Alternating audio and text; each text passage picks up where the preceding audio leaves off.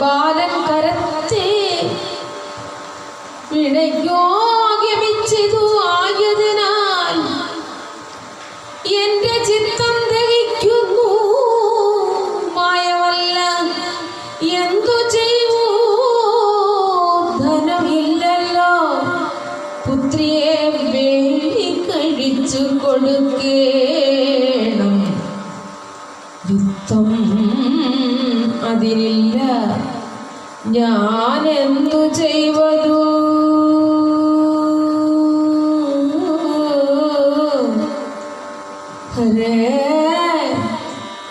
പത്തിലധികം വയസ്സ് കഴിഞ്ഞു പോയി. എത്രയും വേഗം വിവാഹം കഴിക്കണം എന്നതു കൊണ്ട് ദുഃഖിക്കുന്നു ഞാൻ.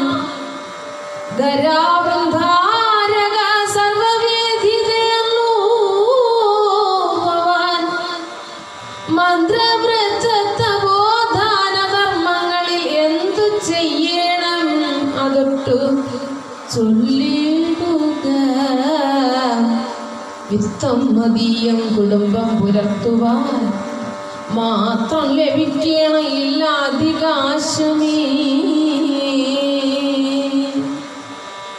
തൽപ്രസാദത്താൽ കുടുംബം സുഖിക്കേണം, തൽപ്രകാരമേ പറഞ്ഞു തന്നിടുക.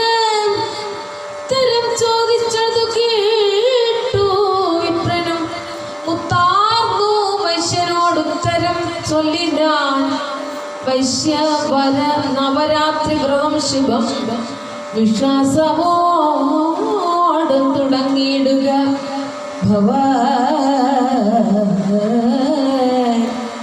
ശ്രീദേവി തന്നെ പൂജയും ഹോമവും ഭൂദേവഭോജനവും നടത്തിയിടുക. വേദപരായണം ദേവി ജപഹോമവാദി ചെയ്താൽ കാര്യമൊക്കെയും സാധിക്കൂ. ഈ വ്രതത്തിനെ കാണുന്ന ഭൂമലയത്തിങ്കലില്ല. വിശേഷമായി മംഗലമാം നവരാത്രി വ്രതമിതു മങ്ങാതെ നോൽക്കുകിൽ സർവസൗഖ്യങ്ങളും പുത്രനും പൗത്രനും ജ്ഞാനവും മോക്ഷവും ശത്രുവിനാശവും സമ്പത്തും ഉണ്ടാകും. ഹരേ ഹരേ ദേവി.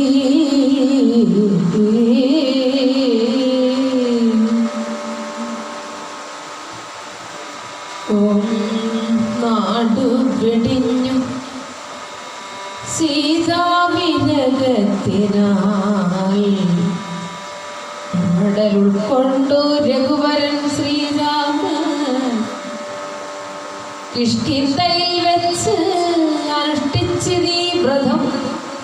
ദുഃഖശാന്തിക്കു മുന്നം ഗിരിപൂർവകം സീതാവിരകാഗ്നിദബ്ധനെന്നാകിലും ചേതസ്സിലന്ത്യന്ത ഭക്തിയോടും രാമൻ ഉത്തമമാ നവരാത്രി വ്രതം നോറ്റു. ഇതുപോലെ ദേവിയെ പൂജിപ്പാൻ പ്രഭാവാൽ സേതുബന്ധനവും ചെയ്തു. സ്വപ്രേയസിയായ സീതയെ പ്രാപിച്ചു. ശത്രുക്കളായുള്ള രാവണാദ്യന്മാരാം രാത്രി ചരരെ മഹാരണത്തിൽ കൊന്നു. തന്നുടെ ഭക്തനായൊരു വിഭീഷണൻ തന്നെ മഹീപതിയാക്കി വാഴിപ്പിച്ച് പിന്നെ അയോധ്യയിൽ ചെന്ന് രഘുപതി ഭിന്നത കൂടാതെ പാലിച്ചത് രാജ്യം. ശോഭനമാ നവരാത്രി വ്രതത്തിന്റെ വൈഭവം മൂലം മഹാമധിര രാമൻ ദുഃഖങ്ങളൊക്കെയും തീർന്നു. മഹീതരേ സൗഖ്യമായി വാണിതം നോർക്ക വിശ്വോത്തമ. ഇത്തരോ വിപ്രവാക്യം കേട്ടു വൈശ്യനും പൃഥ്വീ പരമേശ്വരനെ ഗുരുവായി ഭരിച്ചുടൻ അന്തണ ശ്രേഷ്ഠങ്കൽ നിന്നും മായാബീജമന്ത്രം ഗ്രഹിച്ചു നവരാത്രി കാലത്തിൽ ഭക്ത്യാ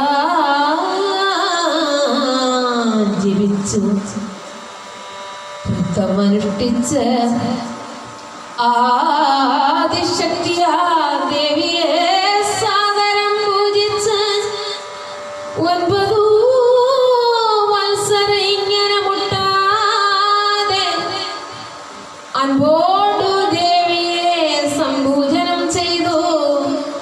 9ാം വത്സരത്തിന്റെ അവസാനം ശംഭു പ്രണയിനിയായ മഹേശ്വരി അമ്മ മഹാദേവി പ്രീത്യ മഹാഷ്ടമി നാൾ അർദ്ധരാത്രിയിൽ പ്രത്യക്ഷ ദർശനം വൈശ്യന് നൽകിനാൻ.